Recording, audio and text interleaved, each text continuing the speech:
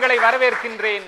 என் சுதந்திரம் என்கிற தலைப்பில் நியூஸ் 7 தமிழ் தொலைக்காட்சி நடத்தி கொண்டிருக்கக்கூடிய இந்த பிரம்மாண்டமான பேச்சு போட்டியில் கல்லூரி இளைஞர்கள் தங்களுடைய கனவுகளோடும் கருத்துக்களோடும் காத்திருக்கிறார்கள். முதல் போட்டியாளரை உங்கள் கரவொலிகளுக்கு மத்தியில் அழைக்கின்றேன். மணிவேல் அவர்கள் மேட்டூரில் இருந்து வந்திருக்கிறார். வணக்கம் மணிவேல். வணக்கம் மணிவேல். வணக்கம் சார். நீங்க தான் முதல் போட்டியாளர். கண்டிப்பா. நன்றி. நீ உங்களுக்கான நேரம் துவங்குகிறது. என்னை பெற்ற தாயாம் பாரத தாய்க்கும் என்னை வளர்த்த தாயாம் தமிழ் தாய்க்கும் என்னுடைய முதற்கண் வணக்கங்கள். சுதந்திரம் சொல்லும் பொழுதே முகத்தில் ஒரு மகிழ்ச்சி, ஒரு பெருமிதம், ஒரு கர்வம் கூட வருகிறதல்லவா? கண்டிப்பாய் வரத்தானே செய்யும். என்னுடைய சுதந்திரத்தை பற்றி நினைக்கும் போது ஒவ்வொரு நொடியும் எனக்கு காமராஜர் தான் நினைவுக்கு வருவார். ஏனென்றில் அவர் எவ்வளவோ நன்மைகள் செய்திருக்கிறார். ஒன்றல்ல இரண்டல்ல, எவ்வளவோ எண்ணிலடங்காத நன்மைகள். அப்படி அவர் கஷ்டப்பட்டு வாங்கி கொடுத்த அந்த சுதந்திரம் என்னுடைய பேச்சு உரிமை, என்னுடைய கருத்து உரிமை, தகவல் உரிமை உரிமை சட்டம் என்று ஒன்று இருக்கிறது. அந்த சட்டத்தின் மூலம் இந்திய தேசத்தின் அரசாங்கம் சார்ந்த எந்த ஒரு தகவலையும் நாம் அறிந்து கொள்ளலாம். சின்ன சின்ன தகவல் முதற்கொண்டு பெரிய பெரிய ஊழல்கள் வரைக்கும் இன்னைக்கு அது மூலமாக அம்பலமாகிட்டு இருக்கு இல்லையா? பின்ன கண்டிப்பா இந்த மாதிரி ஒரு சின்ன சின்ன சட்டங்களும் ஒரு சின்ன சின்ன உரிமைகளும் கூட இந்தியாவின் மிகப்பெரிய தலையெழுத்தையே மாற்றக்கூடிய ஒரு பெரிய சக்தியை உருவாகிட்டு இருக்குன்னு சொல்லலாம். ஜாதிகளற்ற ஒரு இந்தியா, பேதங்களற்ற ஒரு இந்தியா, சாதி மத மொழி என்று எந்த விதமான பேதமற்ற ஒரு இந்தியா வளர வேண்டும். என்னுடைய இந்த சுதந்திரம் இந்திய நாட்டுக்காகவும் அதனுடைய வளர்ச்சிக்காகவும் பாடுபட்டால், அக்னி சிறகுகளாய் நாம் ஒவ்வொருவரும் பறக்க ஆரம்பித்தால் நாளைய இந்தியா வல்லரசாக அறிவிக்கப்படலாம். ஆனால் நாம செய்வோமா? நிச்சயமாக செய்வோம். இளைஞர்களின் கையில் அனைத்தும் உள்ளது. எனவே இளைஞர்களே பாடுபடுங்கள், என்னுடைய இந்த சுதந்திரத்திற்காக பாடுபடுங்கள் என்று கூறி நன்றி கூறி இங்க பேச வாய்ப்பளித்த அனைவருக்குமே நன்றி கூறி விடைபெறுகிறேன். நன்றி, வணக்கங்கள். பாரதி தமிழன் ஐயா, நீங்க எப்படி இவருடைய பேச்சை கணிக்கிறீங்க? ஒரு பிரம்மாண்டமான மேடையில் உலகெங்கும் இருக்கக்கூடிய தமிழர்கள் இன்றைக்கு இணையத்தில் கூட நிறைய நியூஸ் 7 தமிழ் தொலைக்காட்சியை பார்த்துட்டு இருக்க நிலையில் மேட்டூரை சேர்ந்த மணிவேல் சுதந்திர நன்னாளில் என்ன சொல்ல வரார், இந்த சமுதாயத்துக்கு என்ன கருத்து தரார் என்ற எதிர்பார்ப்பு அதிகம் இருக்கக்கூடிய ஒரு நிலையில் அதை இன்னும் சிறப்பாக நீங்கள் பயன்படுத்தணும். நடுவர்களாகிய நாங்களும் அதை தான் எதிர்பார்க்கிறோம். நான் அடுத்த போட்டியாளரை நான் அழைக்கிறேன். உங்கள் கரவொலிகளுக்கு மத்தியில் கோபால் அவர்களை அழைக்கிறேன். வணக்கம் சேஷா கோபால். வணக்கம். திருச்சியில இருந்து வந்திருக்கிறீங்க. என்ன படிக்கிறீங்க நீங்க? பி மெக்கானிக்கல் ஃபைனல் இயர் படிச்சுட்டு இருக்கீங்க. இன்ஜினியரிங் படிச்சுட்டு தமிழ்ல எப்படி ஆர்வம்? தாய்மொழி சௌராஷ்டிரா, தமிழ் கற்றுக்கணும்னு ஆர்வம் நண்பர்கள் மூலியமாக. ரொம்ப முதல்ல அதுக்கே என்னுடைய கரவொலிகள், பாராட்டுகள். ரொம்ப சிறப்பாக பேசணும். வாழ்த்துக்கள் கோபால், வாழ்த்துக்கள். அனைவருக்கும் வணக்கம். இன்று நம் இந்தியா தனது 69வது சுதந்திர தினத்தை கொண்டாடுகிறது. ஆனால் உண்மையில் நம்ம எல்லாருமே அதை கொண்டாடுறோமா? இல்லை. காரணம்னா நம்ம மக்கள் தொகையில் 56% பேர் தங்கள் அடிப்படை தேவையை கூட பூர்த்தி செய்ய முடியாத லெவலில் தான் இருக்காங்க. இன்னொரு முக்கியமான விஷயம் என்னென்னா, நம்ம இந்த சுதந்திரம் எனக்கு எதுவுமே தள்ளன்னு சொல்ல முடியாது. இந்த சுதந்திரத்தின் மூலியமாக தான் நான் இன்னைக்கு இந்த இடத்துல என் சுதந்திரத்தை பற்றி நான் பேசிகிட்டு இருக்கேன். அது மட்டும் இல்லாமல் அந்த சுதந்திரம் எனக்கு தந்தது 2 விஷயம். வாய்ப்புகள். இன்றைக்கி நான் பிஇ படிச்சுட்டு இருக்கேன்னா அது காரணம் சுதந்திரம் தான்.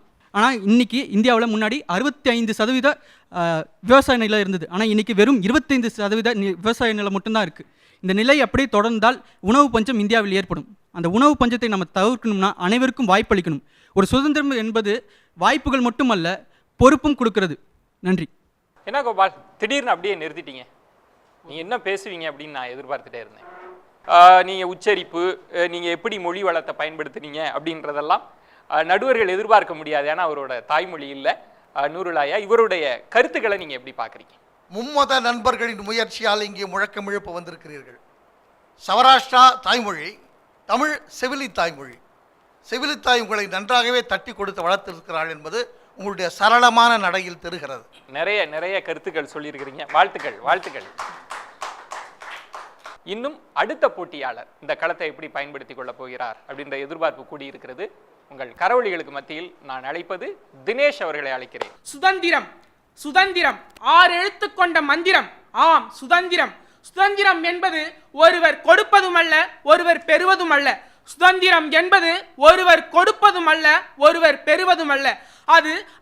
அது அவர்களுடைய ரத்தத்தோடு கலந்து உயிரோடு உயிராக வளர வேண்டும். இதையே காந்தியவாதி தனது கொள்கையாக கொண்டு வாழ்ந்து சுதந்திர இந்தியாவில் சுதந்திரத்தை பெற்று கொடுத்து விட்டான் என் காந்தியவாதி. பெற்று கொடுத்து சென்று விட்டாலும் இன்றளவு நாம் இங்கு நாம் மகிழ்ந்து கொண்டாடி இருக்கும் வேளையிலே ஆனால் நாம் முழுமையாக சுதந்திரத்தை அனுபவிக்க முடியவில்லை. ஆம், ஏன் அப்படி கூறுகிறேன் என்றால், இன்று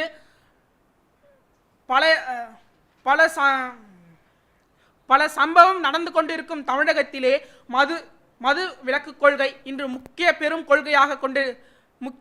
கொள்கை நிகழ்ச்சியாக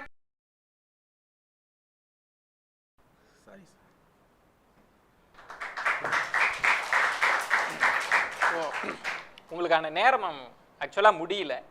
சரி, உங்களுக்கான நேரத்தை, இந்த பொன்னான வாய்ப்பை நீங்கள் சரியாக பயன்படுத்தலை அப்படின்னு நான் நினைக்கிறேன். சரி, நான் நடுவர்கிட்டே நான் வருகிறேன். அவர் சுதந்திரத்துக்கு மிக அருமையான ஒரு சொல் கொடுத்தார். சுதந்திரம் என்பது 6 எழுத்து மந்திரம் அப்படின்னார். அப்படி ஆரம்பித்த அவர் இதை விட சிறப்பாக பேசுவார் என்று நான் எதிர்பார்த்தேன். அவர் பல காரணங்களுக்காக, அவருக்கே தெரிந்த காரணங்களுக்காக அவரால் தன்னுடைய உரை வீச தொடர முடியல. வருத்தமாக தான் இருக்குது. அடுத்த தடவை அவர் வேறு களத்தில் இறங்கும்போது அவர் முழுமையாக தயாரித்து கொண்டு பயிற்சியும் எடுத்துக்கொண்டு அதற்கு வேண்டிய ஒரு 4 பேருக்கு முன்னாடி பேசி பழகி தன்னை தயார்படுத்தி கொண்டு இதை போன்ற மேடைகளுக்கு செல்ல வேண்டும் என்பதே என்னுடைய அறிவுரை. உங்களுடைய கரவொலிகளுக்கு மத்தியில் காரைக்குடியிலிருந்து வந்திருக்கக்கூடிய நிஷா அவர்களை அழைக்கிறேன். வணக்கம் நிஷா, உங்களுக்கான நேரம் துவங்குகிறது. தாராளமாக நல்லா பேசலாம். என்னை பொறுத்தவரை என் சுதந்திரம் என்றே சரியல்ல. சகோதரத்துவம் நிறைந்த இந்த நாட்டில் என் சுதந்திரம் என்பது தவறுதான். நம் சுதந்திரம் அல்லவா அது? இன்று சுதந்திரம் கிடைத்து கிட்டத்தட்ட 60 ஆண்டுகளை தாண்டிய பின்பும் கூட நாம் அடிமைப்பட்டுதான் இருக்கின்றோம். அன்று ஆங்கிலேயருக்கு 200 ஆண்டுகள் அடிமைப்பட்டு இருக்கின்றோம். ஆனால் இன்று வரையறுக்கப்பட்ட சட்டங்களால் வரையறுக்கப்படாத சிலருக்கு அடிமைப்பட்டுதான் இருக்கின்றோம். ஆனால் அடிமைப்பட்டுதான் இருக்கின்றோம் என்று சிலருக்கு தெரிவதில்லை. சிலருக்கு அல்ல, பலருக்கும் கூட தெரிவதில்லை. சுதந்திரம் என்பது கட்டுப்பாடு இல்லாமல் இருப்பதல்ல, கட்டுப்பாட்டுடன் ஒருவன் என்று இருக்கின்றானோ அதுதான் சுதந்திரம் என்கிறார். இளைஞர்களை, உங்கள் கையில் தான் இந்த இந்தியாவே இருக்கின்றது. 2020 இந்தியா வல்லரசாகணும் அப்படின்றது அப்துல் கலாமோட கனவு. அந்த இதை கண்டிப்பாக நனவாக்கணும். சீரிவாங்க, நீங்களும் சிங்கமும் மாறலாம். பதுங்கி இருந்ததெல்லாம் போதும், இனிமே பாய்ந்து வர நேரம். பாய்ந்து காட்டுங்கள். அகில நாட்டிற்கும் இந்தியா ஒரு பாடமாக அமையும். நிஷா, உங்களுக்கும் ஒரு சின்ன தடுமாற்றமே. சரி, அப்ப நம்ம நடுவர்கிட்ட கேட்கலாம். ஆறுமுக நயினார் ஐயா எப்படி பேசியிருக்கிறாங்க? நீங்க உங்களுடைய கருத்துக்கள் நல்லா அருமையா இருந்தது. ஆனா இடையில இந்த லகரை கொஞ்சம் சரிப்படுத்திக்க வேண்டியது மிகவும் கட்டாயம். தமிழராக இருந்துக்கிட்டு நீங்க அதை மிகவும் ஒரு கவனம் செலுத்தி அதை சரி பண்ணுங்க முதல்ல. வாழ்த்துக்கள் நிஷா. ஒவ்வொரு பேச்சாளர்களும் தங்களுடைய சிந்தனைகளை, கருத்தை இந்த அரங்கத்தில் விதைத்துக் கொண்டிருக்கிறார்கள். நான் உங்கள் கரவொலிகளுக்கு மத்தியில் கௌதம் அவர்களை அழைக்கின்றேன்.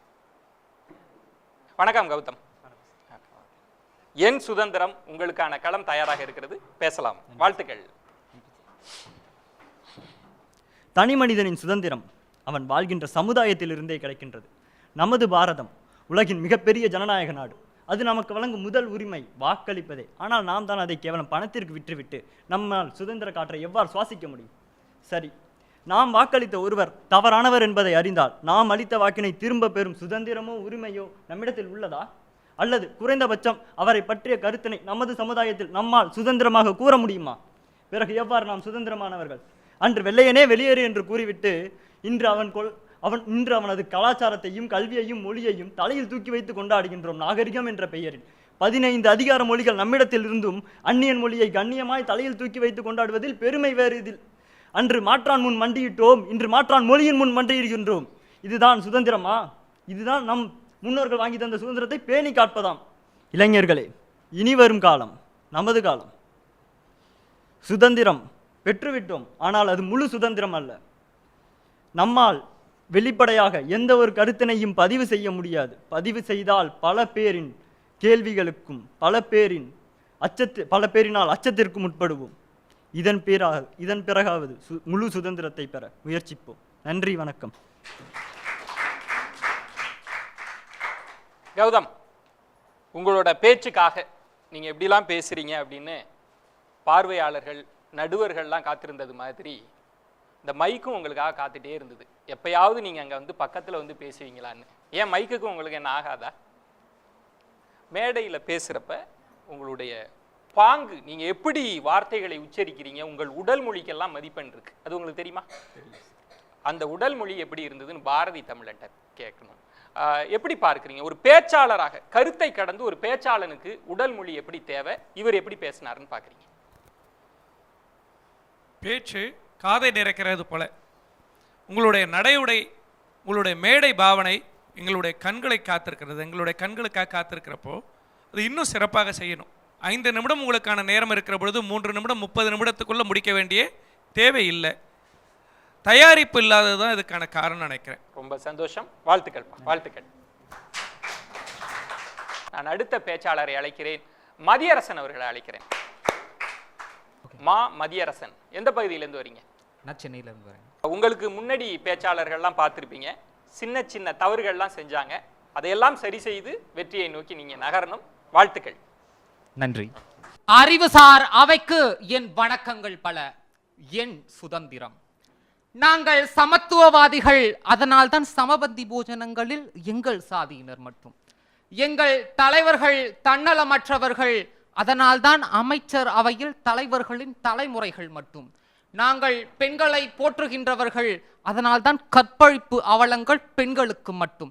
சாதி சாக்கடையில் சரிந்து கிடக்கும் சமூகமே, சரித்திரத்தை மறந்து தரித்திரத்தை தரித்து கொண்டிருக்கும் மனித குலமே, எது சுதந்திரம்? மனிதனின் சுதந்திரம் மலரும் மனித நேயத்தில்.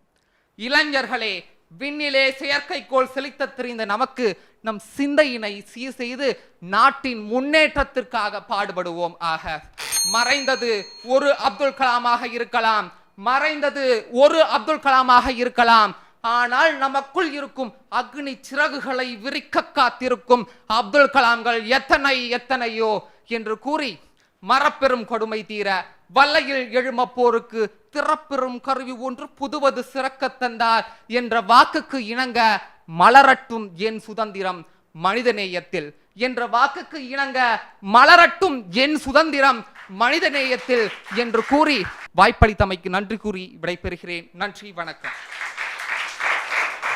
நீங்கள் திரும்ப திரும்ப சமுதாயத்தினுடைய சாபக்கேடுகளை சாடுவதில் கவனம் செலுத்துகிறீர்கள்.